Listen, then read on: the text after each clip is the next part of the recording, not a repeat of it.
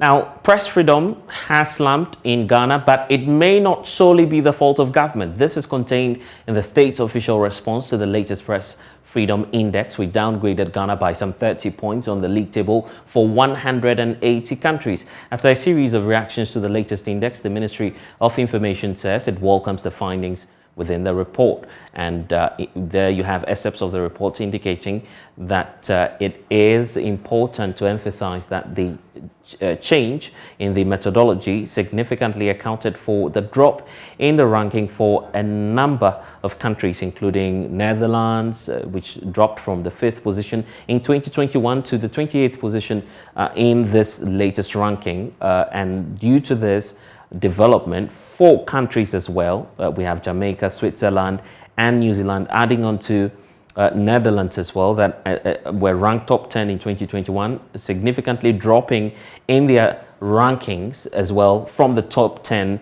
under the year in review. Then the official response continues to indicate that it is worthy of note that Ghana's dip in ranking was largely influenced by 2 of the new parameters, namely the economic context and safety of journalists, where the country scored 47.22% and 62.25% respectively. The country comparatively actually performed better in guaranteeing safety of journalists with 62.25%, just opposed to the economic factors that influence media work, which is 47.22%, underpinned by poor salaries for journalists and lack of financial sustainability of some media houses, making them economically less viable. The response from the Ministry of Information continues to say that on the safety of journalists, it is imperative to note that an activity that may feed into the assessment of press freedom includes actions by non-state actors. Well, so we know that there's also a response on this. The Information Ministry has been speaking to this. The Deputy Minister, Fatih Abubakar, has also been speaking on this, indicating that government will do all it can to resolve the challenges. And representative from the Canadian High Commission, members of the National Media Commission, distinguished senior journalists, media practitioners present, all protocol duly observed. Ladies and gentlemen, good morning. I bring you the compliments of the Honorable Minister for Information and my boss, Honorable Kojo Opon Kroma, who would have loved to be here, but we had an equally important press briefing at the ministry, which caused us to split. So I'm here wearing his big shoes and to deliver our speech on the occasion of World Press Freedom Day 2022 on his behalf. The work of journalists, as important as it is, gives voice to the voiceless, exposes injustice, and holds leaders accountable in all spheres. Our world today is experiencing a rapid development with the influx of new media. With fewer barriers to entry, lowered distribution costs, and diverse computer networking technologies, the widespread practice of digital journalism cannot be overemphasized. This has led to information spreading faster and more people reporting on issues on a whim. Mr. Chairman, as journalism in this digital age is practiced with a greater degree of creativity as compared to traditional journalism and traditional media, it comes with its own challenges. Misinformation and disinformation have become widespread, with many actors spawning false narratives and inaccuracies. The Ministry of Information launched a short campaign with technocrats and industry experts to facilitate the passage of the broadcasting bill,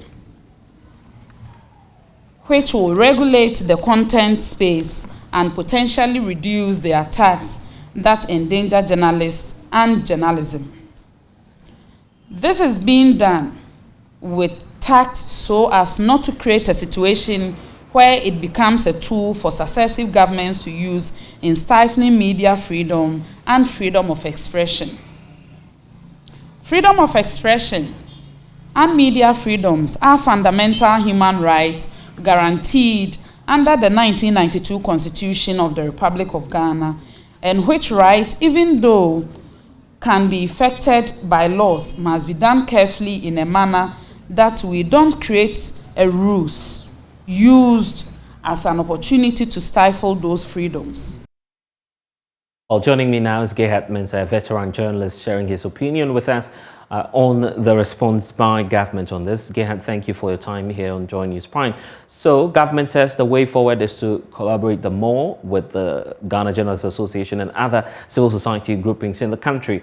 What's your take on the way forward as well? Do you feel that's a sustainable way of dealing with the challenges identified in the Press Freedom Report? govt, you'd have to unmute for me so I can hear you loud and clear.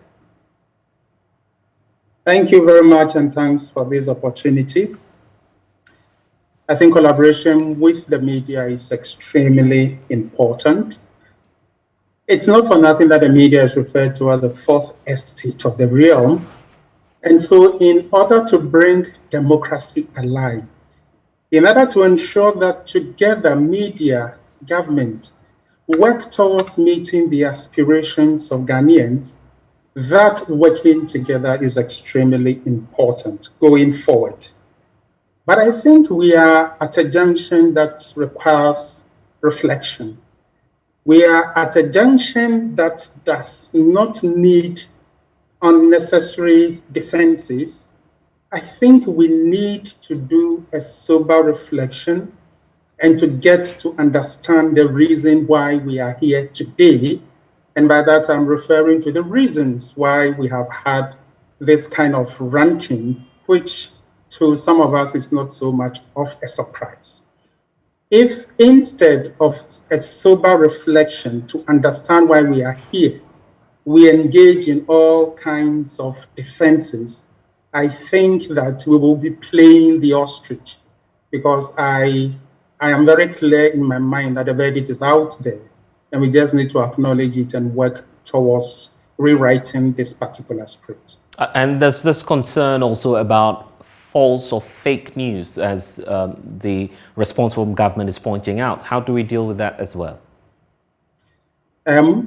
False, fake news, they both have been with us for quite a while now. Even before the advent of social media, there was false news. There is also fake news. There is already a procedure in this country for dealing with false and fake news. If there is a publication about an institution or an individual which is deemed to be false or fake, there is a reason why we have the Media Commission. There is a reason why we have the right to rejoinder. These are outlined processes that civilized society resort to in order to ensure that whatever transgressions have been conducted or undertaken by the journalist is righted. The response to false and fake news is not in the police arrogating to themselves the authority to determine what is false publication and going after such journalists. That is part of the reason why we are here today. I don't know of any democracy where the police, by themselves and by refusing to even acknowledge or publicize who a complainant is, by themselves go after journalists because the police thinks that the journalist has published false news. Okay, then, because we don't have all of the time, because we don't have all of the time, let's deal with the last segment of the report, which talks about the economic context, the fact that most journalists across the country don't have good conditions under which they are working. How do we address this as well? Let's not obfuscate the issue. Let's not bring through in tangents that will try to color where we are today. I'm very clear in my mind that the issue of the economy was one of the parameters that the Reporters Without Borders used this time around as part of their methodology.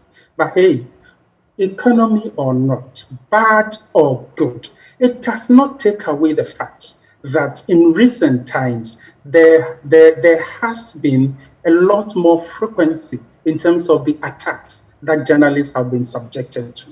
The attacks had nothing to do with the economy of the journalist. It had nothing to do with the economy of this country. It has everything to do with the temperament for accommodating free expression. And I think that is the issue that we need to focus on. We need to leave it here. Govt Mensah, I'm grateful that you've been able to talk to us tonight on Joy News Prime.